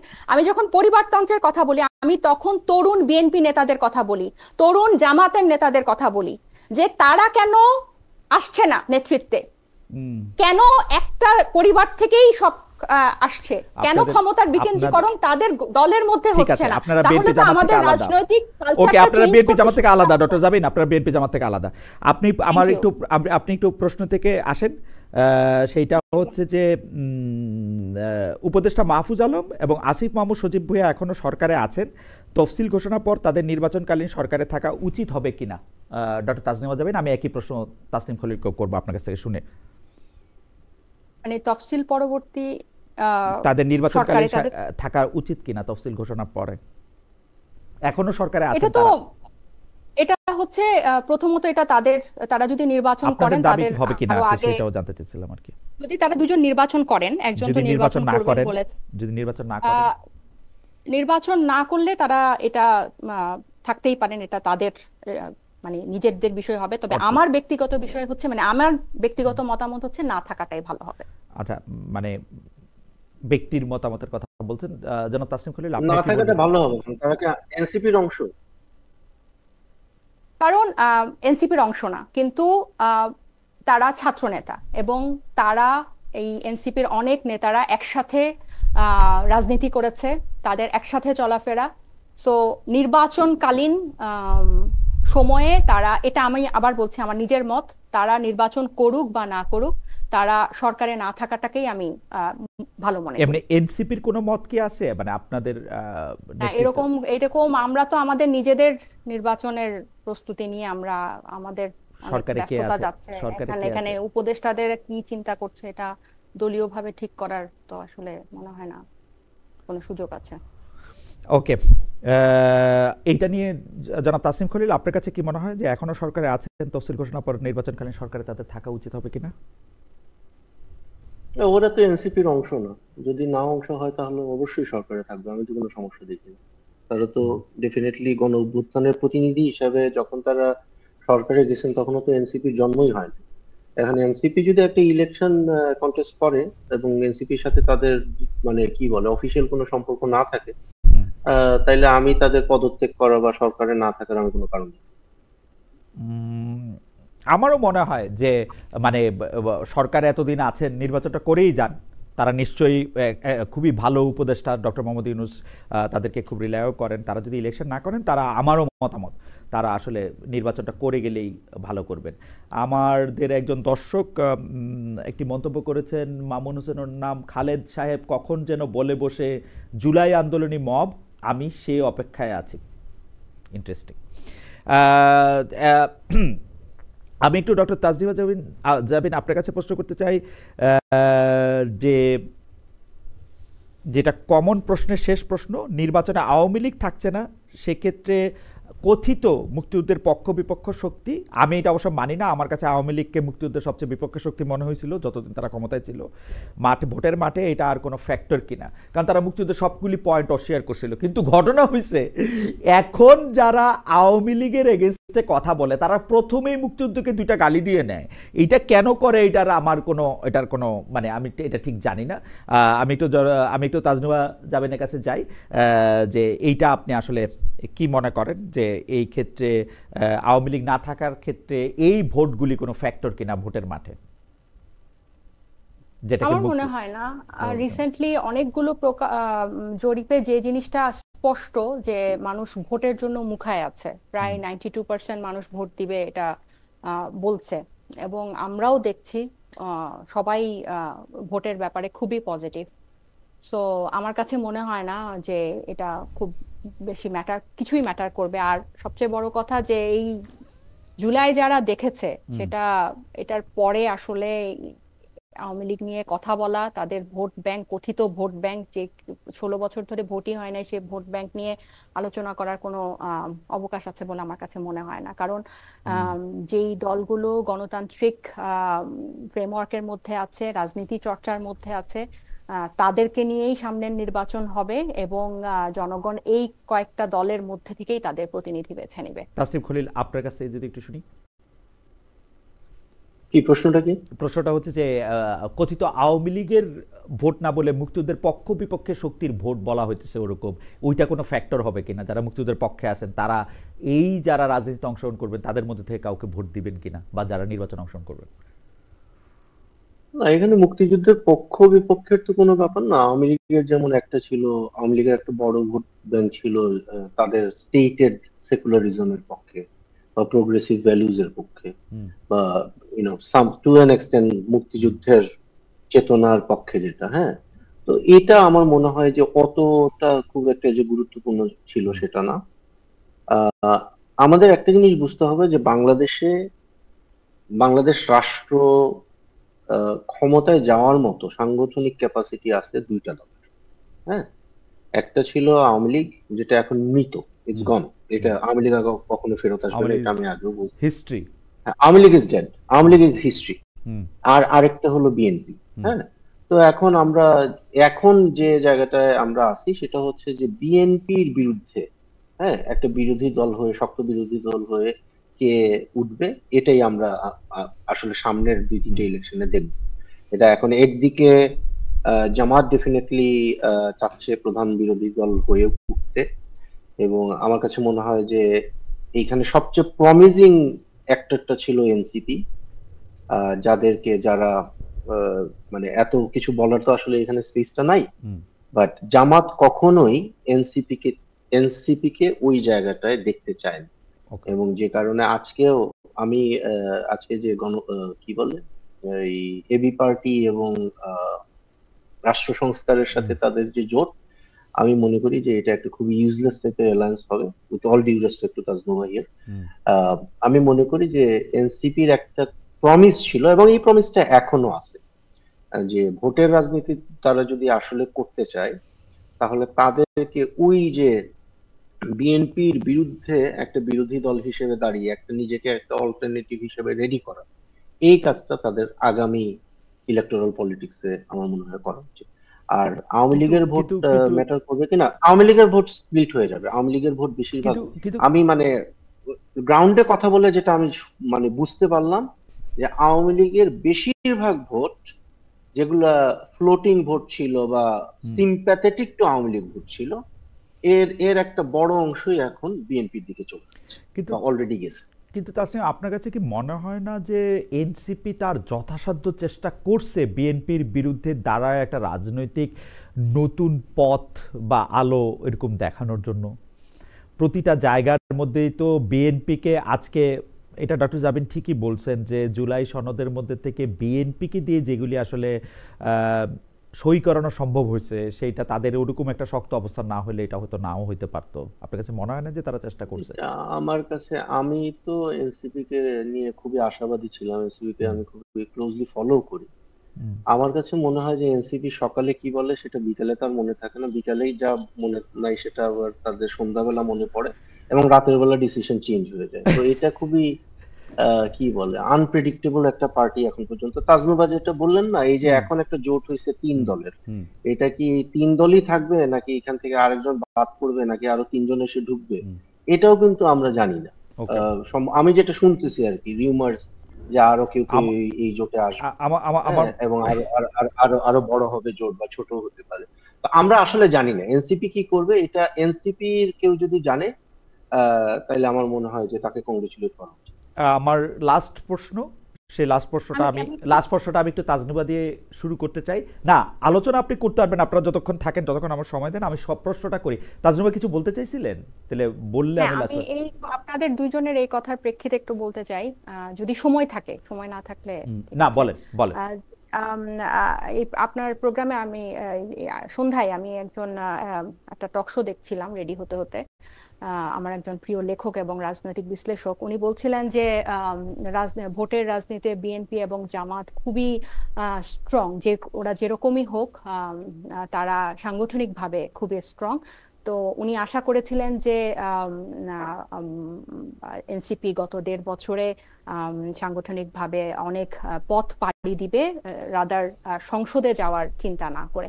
সো আমার কাছে না আপনাদের আলোচনা, আপনারা অনেক কানেক্টেড আমার থেকে বেশি বিভিন্ন অনেক কিছুতে, কিন্তু আমার কাছে যেটা মনে হয় সবার কথা শুনে যে আপনারা একটা 27-28 বছরের ফ্রেশার গ্র্যাজুয়েটকে চাকরি দিতে চাচ্ছেন উইথ 5 to 10 ইয়ার্স এক্সপিরিয়েন্স। মানে 8 মাসে, প্রথমত এনসিপি হয়েছে 8 মাস। আমরা যতবারই বলি যে আমাদের একটা দীর্ঘমেয়াদী পরিকল্পনা আছে, আমরা একটা রাজনীতির আলাদা একটা ভরকেন্দ্র হতে চাই। আমাদের আহ্বায়ক সাহেবও বলেছেন যে আগামী 10 বছরের মধ্যে আমি এই দলকে সরকার গঠনের পর্যায়ে নিয়ে যেতে চাই। তারপরও কেন জানি আপনারা আপনাদের আশা হতাশা সবকিছু এরকম যে একটা গণ অভ্যুত্থান হয়েছে, কয়েকটা ছেলে মেয়ে ফেরেশতা হয়ে গেছে, একটা বেহেশতের মতো একটা জায়গায় আমরা রাজনীতি করতে আসছি এবং এখানে কোনো মত দ্বিমত থাকতে পারে না। যেটা সঠিক আমরা ঠিক সেটাই করব। এখানে কোনো কিছু নেতিবাচক হতে পারে না, তারা কোনো ভুল করতে পারে না, তাদের অভিজ্ঞতা নাই, কিন্তু তাদের সব সিদ্ধান্ত হতে হবে একদম পাক্কা খেলোয়াড়ের মতো। তাদের সব কথা হতে হবে, তাদেরকে মানে পুরনোর মতো হওয়াই যাবে না। তাসনিমের কথা শুনে আপনার এগুলি আমি মনে হলো? এতটুকু আপনাদেরকে একটু শেষ করি খালেদ ভাই। মনে হলো না, আপনাদের দুজনের আলোচনায় আমার মনে কথা শুনে আপনাদের মনে হলো, অনেক মানে আমার আর যে তাসনিমের অনেক কথা আশা শুনে ছিল, আপনার মনে হলো? অনেক হতাশা ছিল। আমি শুধু এতটুকু বলি যে আমাদের অনেক লম্বা পথ পাড়ি দিতে হবে এবং আমাদের জোট বড় হোক ছোট হোক, আমরা থাকি না থাকি, এনসিপি আগায় যাবে। কারণ এই যে গণ অভ্যুত্থান পরবর্তী একটা রাজনৈতিক, মানে এই সময়টার আমাদের উপর একটা পুরনো এস্টাবলিশমেন্ট 54 বছরে যেটা পারে নাই সেটা পারার একটা গুরু দায়িত্ব আমাদের উপর আছে। আমরা এখনো যদি মানে সেটা আপনারা হয়তো অনেকভাবে কানেক্টেড দেখে আপনারা সেটা হয়তো কনভিন্স না, কিন্তু আমরা যারা দলের ভিতরে আছি আমরা এটাতে কনভিন্স যে আর যারা পুরনো আছে তাদের মতো হয়ে যাওয়ার জন্য এনসিপির জন্ম হয় নাই। তো এই কথাটা আমি আপনার প্রোগ্রামে এর আগেও অনেকবার বলেছি, কিন্তু তারপরও এই কথাগুলো আমার মনে হয় যে এই কথাগুলি আমরা অনেকবার শুনছি, আপনারা নিজেরা একটু শুনেন আপনাদের কথাগুলি, তাহলে সুবিধা হবে। হাওয়েভার আমি একটু লাস্ট প্রশ্নটা করি, যে কারণ আপনারা যেগুলি বলেন আমি তাসনিমের সাথে অতটা মানে করে আমি বলতে চাই না যে সকালে এক কথা বিকেলে এক কথা। আমার খালি আমার খালি একটাই অনুরোধ, আপনি এখন যে কথাগুলি বললেন, আমার এক বন্ধু বলছেন যে আপনি ঠিক কথা বলতেছেন, আমার কাছে মনে হয় আপনাদের কথাগুলি আপনারাও নিশ্চয়ই শুনবেন, আমরা তো শুনবই, আমরা শুনছি, আরও শুনবো, কিন্তু আপনারাও শুনেন। আমার লাস্ট প্রশ্নটা আমি করি, 90-এর পর থেকে জাতীয় পার্টি যতবার ভেঙেছে সেখানে সামরিক গোয়েন্দা ডিজিএফআই এর একটা প্রভাব রেখে এসেছে। এখন আমরা আবার আনিসুল ইসলাম মাহমুদ, আনোয়ার হোসেন মঞ্জুর নেতৃত্বে নতুন জোটের আত্মপ্রকাশ দেখলাম, তাদের সাম্প্রতিক রাজনৈতিক ক্যান্টনমেন্ট দ্বারা নিয়ন্ত্রিত হচ্ছে বলে অভিযোগ রয়েছে। সামরিক গোয়েন্দা ডিজিএফআই ক্যান্টনমেন্ট মুক্ত হবে, নতুন রাজনৈতিক বন্দোবস্ত, সেই আকাঙ্ক্ষা কি বিলীন হয়ে গেছে কিনা? এটা আসলে হিসাবে তাসনিমকে আগে করতে হইতো, প্রশ্নটা পরে তাজনুবাকে। আমি কি এইভাবেই করব? তাসনিমকে আগে একটু বলবেন, কারণ মানে যেটা কানেক্টেড বলছিলেন ডক্টর জাবিন, সেটা বোধহয় তাসনিমের সাথেই বেশি কানেকশন সবার, সেই জন্য আমরা একটু বলি যে এইটা কি আসলে সামরিক গোয়েন্দা ডিজিএফআই এর একটা প্রভাব? আপনারা তো হাইলি কানেক্টেড। না, আই এম নট কানেক্টেড, আমি লাইক ইনফর্মড যে আরো আপনি খালেদ ভাই কি কারো কোটেশন দিচ্ছেন জাতীয় পার্টিকে নিয়ে? না, এটা আমার পর্যবেক্ষণ। জাতীয় পার্টি যতবার ভাঙছে ততবার নাম পড়ছে সামরিক গোয়েন্দা ডিজিএফআই, মানে এইটা নামটা যে পড়ছে এইটা আবার পরে জাতীয় পার্টির নেতারা আবার বিভিন্নভাবে বলছেন। মানে আমি তো জাতীয় পার্টিকে খেয়াল করি, মানে এরশাদ সাহেবের জাতীয় পার্টি থেকে আনোয়ার হোসেন মঞ্জুর জাতীয় পার্টি, তো নাজিউর রহমান মঞ্জুরের জাতীয় পার্টি, তো যে একজন ছিলেন মতিন সাহেব তার জাতীয় পার্টি, মানে তো সেই হিসাবে আমি বলতেছি আর কি, ততবার এইটার সামনে আসে আর কি এই কথাগুলা। না, জাতীয় পার্টি তো মানে ডিজিএফআই এর পার্টি। এমনকি এরশাদ সাহেবের, এটা বলে এরশাদ সাহেবের যে দুজন স্ত্রী ছিলেন তাদের কোন জাতীয় পার্টি বা তাদের কার সাথে আর্মির কি সম্পর্ক সেইটা নিয়েও তাদের মিসেসরা, কখনো এরশাদ সাহেব কখনো তার ভাই খোলাখুলি বলেছেন প্রেসে, সেই জন্য বললাম আর কি, যে মানে তারা এটা বলছে। না, জাতীয় পার্টি সবসময় ডিজিএফআই এর পার্টি, এটাও মানে আমরা মোটামুটি ওই যে তাজনুবার ইয়ে বড় করে বলতে হয়, কানেক্টেড লোকজন এটা জানে। এখন কি অবস্থা এটা আমি জানি না, তবে হ্যাঁ, জামাতের পক্ষ থেকে একটা পুশ ছিল। এখন কোন অবস্থায় আমি আছে জানি না। জাতীয় পার্টিকে নিষিদ্ধ করতে হবে সম্ভবত। এখানে এই যে রংপুরের সিট গুলাতে বা রংপুর ডিভিশনের সিট গুলাতে জামাত একটু সুবিধা পাবে যদি জাতীয় পার্টি নিষিদ্ধ হয়। এটার জন্য আবার তারা দেখলাম যে আরো কয়েকটা পার্টিকে সামনে রেখে এক ধরনের আন্দোলন সংগ্রাম করার চেষ্টা করছে, সম্ভবত সফল হয়নি এখন পর্যন্ত যা জানি। ওকে, মানে আপনার কাছে তাহলে একটু এক লাইন কি শুনতে পারবো যে এই দলটার মানে যে এটাকে আপনি আসলে রাষ্ট্র সংস্কার আন্দোলন এবং এবি পার্টি এবং এনসিপির অ্যালায়েন্সটাকে আপনি বলছেন প্রিটি মাচ ইউজলেসই হয়তো হবে, এই পার্টিটা কি আপনার খুব ইউজফুল মনে হয়? এটা কোনো একটা প্রভাব বিস্তার করতে পারবে এই অ্যালায়েন্সটা? জাতীয় পার্টির ইউজফুলনেস হলো যে it is the most useless political actor in Bangla. এটাই তাদের ইউজফুলনেস, ঠিক আচ্ছা, আছে? এটা একটু প্যারাডক্সিক্যাল, বাট দ্যাটস দ্য, মানে বিকজ তারা এত ইউজলেস এই জন্যই তারা হাসিনার কাছে এত ইউজফুল ছিল। ওকে, সো মানে হ্যাঁ, অতটা ইউজলেস হওয়াও একটা আসলে কোয়ালিফিকেশন। হ্যাঁ ইউজলেস মানে মানে কোন একটা পক্ষের পক্ষে অ্যাবসলিউট ইউজলেস হয়ে যাওয়াটা কিন্তু একটা এক ধরনের অ্যাচিভমেন্ট, নেগেটিভ অ্যাচিভমেন্ট হিসেবে বলতেছে। সো জাতীয় পার্টি হলো ওই লেভেলের ইউজলেস। আর আপনার যে প্রশ্নটা ছিল যে এনসিপির যে জোটটা এখন তাজনুভা খুবই আহত। আমার মনে হয় আপনারা তো যেহেতু আপনি নতুন পলিটিক্যাল পার্টি, আপনারা রাজনীতিবিদ, আপনারা যখন, এটা আমি খুব ফ্রেন্ডলি একটা কাউন্সিল হিসেবে বলতেছি, আপনারা যখন আমাদের মতো সাংবাদিকদের সাথে বসবেন, আমরা আপনাদেরকে অনেক ক্রিটিক করব, আপনাদের শুভাকাঙ্ক্ষী হইলেও ক্রিটিক করবো, আপনাদের শত্রু হইলেও ক্রিটিক করবো। এত আহত হয়েন না। হ্যাঁ, আপনার বিষয়গুলো আপনি একটু উত্তেজিত হয়ে গেছিলেন সম্ভবত, এই জন্য আমি বলছি। আমি মনে করি আমি আগেও বলছি যে আমরা এনসিপি কে সফল হিসেবে দেখতে চাইছিলাম। হ্যাঁ, জামাত কি করতেছে বা এবি পার্টি কি করতেছে বা এই যে কি জানি আরেকটা রাষ্ট্র সংস্কার আন্দোলন কি করতেছে, এটা নিয়ে কিন্তু আমাদের অত মাথা ঘামাইও নাই, কোনোদিন আমরা কথাও বলি নাই। আপনাদের প্রতি আমাদের আশা ভরসা ছিল এবং আমরা অত্যন্ত বেদনার্ত বলতে হবে যে আপনারা এখন পর্যন্ত আমাদের চোখে, অবজেক্টিভ জার্নালিস্টদের চোখে, আপনাদের পলিটিক্যাল মিশন যেটা ছিল যে নতুন একটা বাংলাদেশ আপনারা উপহার দিবেন বলছিলেন, সেই 24 অগাস্ট মাস থেকে বলে আসতেছেন, আপনারা সেটা দিতে ব্যর্থ হয়েছেন। এখন এই কথাটা বলার মানে কিন্তু আপনাকে খারিজ করে দিচ্ছে না। এই কথাটা বলার মানে হচ্ছে যে আমরা আপনাদেরকে অনুরোধ করতেছি যে আপনারা আবার ড্রয়িং বোর্ডে ফেরত যান। আমাদের গুডউইল আপনাদের সাথে আছে এবং আপনারা আসলেই একটা শক্ত বিরোধী দল এবং কোনো না কোনো সময় একটা পাওয়ার পার্টি হিসাবে আপনারা বাংলাদেশের পলিটিক্সে আসেন, এটাই আমরা চাই। তো আপনি যদি আহত হয়ে থাকেন, আমি আপনার কাছে সরি বলবো। আমি না না না, আমি একটু আহত আমি হয় নাই। আমি আমি আমি শুধু একটু বলি প্রশ্নটা খালেদ করি, ভাই, আমি শুধু আহত হয় নাই। প্রশ্নটা করি একবারে বললেন আর কি। আমি আমার জায়গা থেকে বলি, বাংলাদেশের রাজনৈতিক দলগুলির মধ্যে বিএনপি বাদে, আওয়ামী লীগের জন্ম আমার জন্মের আগে, বিএনপি এবং জাতীয় পার্টিকে আমার জন্মের পরে জন্ম নিতে দিয়েছে, এবং আওয়ামী লীগের, বিএনপির, জাতীয় পার্টির, জামাতে ইসলামের কোনো রাজনৈতিক দলের প্রতি আমার আমার কোনো ধরনের কোনো প্রত্যাশা কখনো তৈরি হয় নাই, এবং আমি কখনোই এর কোনো রাজনৈতিক দলের জীবনে কোনো ভোট দেই নাই। কিন্তু এনসিপি যখন প্রথম রাজনৈতিক দল করে আসছে, আমারও তাসনিম মানে রাজনৈতিক দলের আগেও যখন নতুন বন্দোবস্তের কথা বলছে, আমারও অনেক আশা ছিল। আমি এত সরাসরি তাসনিমের মতো বলতে পারবো না, কারণ তাসনিম অনেক সরাসরি কথা বলে। আমি বলতে পারবো না যে আমার সমস্ত আশা ভঙ্গ হয়েছে, কিন্তু আমি বলতে পারি যে আমার 95% আশা ভঙ্গ হয়েছে, ওটুকু পর্যন্ত আমি যাইতে পারি। এবং আমি এনসিপির দিয়া আর আশা দেখতে পারবো কিনা সেটা আমি জানি না, মানে এখনো জানি না আর কি। তাজরুবা যদি প্রশ্নের এই কথারও জবাব দেন, আর প্রশ্নের আর আহত না হওয়ার ক্ষেত্রে তাসনিম সরি বলছেন, আমি আরো 10 বার সরি বলতে রাজি আছি। আপনারা আমার খুবই প্রিয়, আপনারা কখনো কোনো কারণে আমার আচরণে দুঃখ কষ্ট পাইলে আপনারা মাফ করে দিন। 10 বার, 15 বার, 20 বার মাফ চাইতে আমি রাজি আছি। প্রশ্নটা করি, সেইটা হচ্ছে জাতীয় পার্টির নেতৃত্বে যে দল গঠিত হয়েছে, জোট গঠিত হয়েছে, সেইটারে আপনারা রাজনীতিতে গুরুত্বপূর্ণ মনে করেন কিনা? জি তাজনুবা। আচ্ছা, আপনারা দুজনই যেভাবে মাফ চাইছেন, মানে আমি থ্যাংক ইউ দিই দলের পক্ষ থেকে যে আপনার 5% আছে, আর তাসনিম ভাইয়ের এখনো গুডউইল আছে আমাদের সাথে।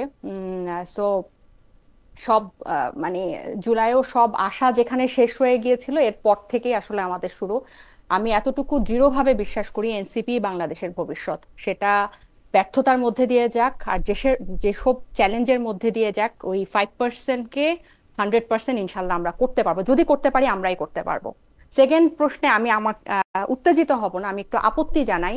আপনারা যেভাবে দুইটা জোটকে তুলনা করছেন যে এই জোট ইউজফুল না ওই জোট ইউজফুল, জাতীয় পার্টির রিলেটেড কোনো জোট বা জাতীয় পার্টির সাথে কিন্তু জুলাই গণ অভ্যুত্থানে এইভাবে সম্মুখ ফ্যাসিবাদের বিরুদ্ধে এরকম মানে বোল্ডলি অংশ নেওয়া তিনটা দলের জোটের কোনো তুলনা হয় না। জাতীয় পার্টি তো মানে সিনোনিম অফ দ্যাট ফ্যাসিস্ট, এখানে তো এটা এই জোটের সাথে এটার কোনো তুলনাই হয় না। এদের রাজনীতি করার অধিকার আছে কিনা, এরা শুধু গৃহপালিত না, এটা মোর দ্যান দ্যাট। এবং আমরা আপনারা হয়তো এটাকে আলোচনায় তাদেরকে রাখবেন, কিন্তু বাংলাদেশের মানুষ তাদেরকে, ইতিহাস তাদেরকে মনে রাখবে যে তারা ফ্যাসিস্টের আওয়ামী লীগের একদম সবচেয়ে ক্লোজ সহযোগী ছিল এবং তাদের মধ্যে থেকে বিরোধী দল রেখে তারা মন্ত্রী প্রতিমন্ত্রীও হয়েছে। সো এখন এরকম একটা রাজনৈতিক দলের, অন্যান্য বড় বড় রাজনৈতিক দলের দেখছি যে তাদের ব্যাপারে বোল্ডলি বলতে, ডিসিশন নিতে অনেক আনকমফোর্টেবল, অনেক হেজিটেশন আছে। আমাদের কোনো হেজিটেশন নাই। আপনারা কিভাবে এই তিনটা জোটের সাথে তারা কি জোট করছে না করছে তার সাথে আপনারা গণঅভ্যুত্থান পরবর্তী তিনটা রাজনৈতিক দলের জোটের তুলনা করেন, এটা আমার কাছে খুবই আপত্তিকর লাগলো যে এটা ইউজফুল না ওটা ইউজফুল। আপনাদের, আমিও আপনাদেরকে আহত করতে চাই না, কিন্তু এই তুলনাটা খুবই আমার মনে হয় আপনি জোর করে যে ব্যাপার, আমার মনে হয় ব্যাপারটা জোর করে তুলনার কাছে নিয়ে আসলেন। আপনি একটু যাবেন, আমরা দুইটা আলাদা প্রসঙ্গে দুইটা আলাদা কথা বলছিলাম। ওরকম ছিল, কাছাকাছি ছিল। আমি একেবারেই কাছাকাছি ছিল না, আপনি একদমই ভুল বুঝছেন। আবার একটু দেখেন ভাবে যে ওই তিনটা, আমার মনে হয় যে এটা আপনার প্রতি, আপনার মনে হয় আপনার এটা কষ্ট কল্পনা যাবেন, আমার মনে হয় আপনার এটা কষ্ট কল্পনা, এটাকে মনে করছেন কিনা না আপনার এটা কষ্ট কল্পনা। কারণ হচ্ছে যে আমি কষ্ট কল্পনা না, এই দুইটা দলের বা জোটের কোনো তুলনা করাও হয় নাই, দেওয়া হয় নাই। আমি প্রশ্নটা করছিলাম শব্দ ধরে, শব্দ ওই না, কিন্তু আবার বোঝেন একটা ইউজলেস শব্দ ব্যবহার করছেন তাসনিম খলিল, যে এইটা একটা প্রিটি ইউজলেস হবে। আমি বলছি ওইটা ইউজলেস হবে, এটা আপনি বলছেন। এই জোটটা সম্পর্কে আপনি কি মনে করেন? এটাতে শব্দ নিয়ে তুলনা, এটা নিয়ে দলগুলি নিয়ে তুলনা না, কিন্তু দুইটা প্রশ্ন আলাদা। দুইটা প্রশ্নের মধ্যে আরো অনেকগুলি কথা হয়েছে, তারপরে এটা আপনি বলছেন। আপনি যখন এটা বলেন তখন হচ্ছে কি, আমি আপনাকে একটা কথা বলি, আমি আপনাকে একটা কথা বলি, হ্যাঁ আমি আপনাকে একটা কথা বলি, আমি আপনাকে একটা কথা বলি। এটা আসলে ব্যক্তিগত ব্যাপারগুলি বলা উচিত না। আমাদের এখানে কি হয়, আমাদের এখানে কি হয়, আমাদের এখানে এত বড় টক শো দেখার ধৈর্য কারো নাই। সুতরাং একটু জায়গা কাট করা হয়, একটু জায়গায় কাট করে একটু জায়গাগুলি দেওয়া হয়, যেটা প্রিটি ডেঞ্জারাস। কয়েকদিন আগে ঢাকা ইউনিভার্সিটিতে আমি 3.5 ঘন্টা বক্তৃতা দিছি, 3.5 ঘন্টা। তার মধ্যে 20 সেকেন্ডের একটা বক্তব্য নিয়ে আপনারা অনলাইন এবিউজ করেন না তো? আপনারা অনলাইন এবিউজ করছেন আপনাদের নেতারাই সবচেয়ে বেশি। এটা আমি বলতে চাইছিলাম না, ছোট একটা জায়গা ধরে সবচেয়ে বেশি আপনারা এমনভাবে কথা বলছেন যেটাতে হচ্ছে যে মাপ চাওয়া, তো ভাই মাপ চাওয়া, আপনি খুশি না? মাপ চাইছি আরো 50 বার আপনার কাছে মাপও চাই, দোয়াও চাই ভাই। আপনাদের থেকে মাপ চাওয়া ছাড়া তো উপায় নাই, আপনাদের থেকে মাপই চাইতে হবে। এটা পারতো আমরা, আমাদের মাপ চাইতে হবে না? না না, এটা মাপও চাইতে হবে। আপনাদের নেতারা কি বলছে, আপনাদের নেতারা কি বলছে, আপনি কি বলছেন? ওর কাছে এত মাপ চাইতে, শোনেন ওর কাছে এত মাপ চাইতে হবে না। ওরা ভালো মানুষ। ও যদি না, তাজনুবা জামিন যদি ইসলামী ছাত্রী সংস্থা টাইপের কোন সংগঠনের কেউ হইতো, তাইলে you should have been more careful. তো আমার মনে হয় যে এই ধরনের কোনো বিপদে এনসিপিতে তো সবাই আছে, এনসিপিতে তো সবাই আছে, কম তো নাই, সবাই আছে, সবাই আছে, কম নাই। আচ্ছা যাই হোক, আজকের আলোচনাতে আপনাদের যদি কোনো মানে এমন কোনো বিষয় থাকে যেটা আপনি অ্যাড্রেস করতে চাইছিলেন, অ্যাড্রেস করতে পারেন না, তাহলে একটু যদি বলেন। আমার আর কোনো প্রশ্ন নাই, আমরা অনুষ্ঠানটা শেষ করতে পারি। তাসনিম করলে আপনার কি এমন কোনো বিষয় ছিল যেটা আপনি আসলে টাচ করতে চাইছিলেন, করেন নাই, বা বলতে চাইছিলেন? না, আমি মনে করি যে টাইটেলটা সম্ভবত তফসিল কবে হবে, বা তফসিল কালকে পরশুই হবে, এবং এরপরে আমি আশা করব যে আমাদের এটা একটা দীর্ঘ সংগ্রাম। হ্যাঁ, সংস্কার বলি, নতুন বাংলাদেশ বলি, পুরানা বাংলাদেশ বলি, আমাদের এই সংগ্রামটা, এই স্ট্রাগলটা আমাদের অনেক অনেক বছর ধরে চলে আসছে, যে আমরা একটা গ্রহণযোগ্য ভালো একটা নির্বাচন পাবো, এবং বাংলাদেশের মানুষের যে ভোটাধিকার আগে সরকারের আমলে, রেজিমের হাসিনা শাহীর সময়ে যেটা একেবারে ডাকাতি হয়ে গেছিল সেটা আমরা ফেরত পাবো। হুম। আমি এটাকে খুবই পজিটিভলি দেখি এবং আমি আশা করবো যে সবাই আহ ভোট দিতে যাবেন ইভেনচুয়ালি ফেব্রুয়ারিতে যখন ইলেকশন হবে। ওকে, এর আগে নিশ্চয়ই মানে দুই একবার আপনার সাথে আবার আলাপ হবে। নিশ্চয়ই। ডক্টর জাবির, আপনি যদি কোনো কথা বলতে চান। না, আমারও আর আহ, আমরা আহ, আমিও চাই যে তফসিল। তফসিল ঘোষণার পরে, হ্যাঁ, আমরা ফেব্রুয়ারিতে নির্বাচনে যাব এবং একটা সুষ্ঠু নির্বাচন হবে। জাস্ট একটা কথা যে মানে পরপর তিনটা নির্বাচন অবৈধ হওয়ার পরে এইবার নির্বাচন কমিশনারদেরকে জবাবদিহিতার অধীনে আনার কোনো নিয়ম বা কোনো ব্যবস্থা যদি সরকারের পক্ষ থেকে জানানো হয় তাহলে আমরা একটু আরো আস্থা পেতাম আর কি। মানে এবারও কিন্তু নির্বাচন কমিশনারদেরকে জবাবদিহিতার অধীনে আনার কোনো তৎপরতা বা কোনো আইন বা কোনো নিয়মের কথা কিন্তু শুনছি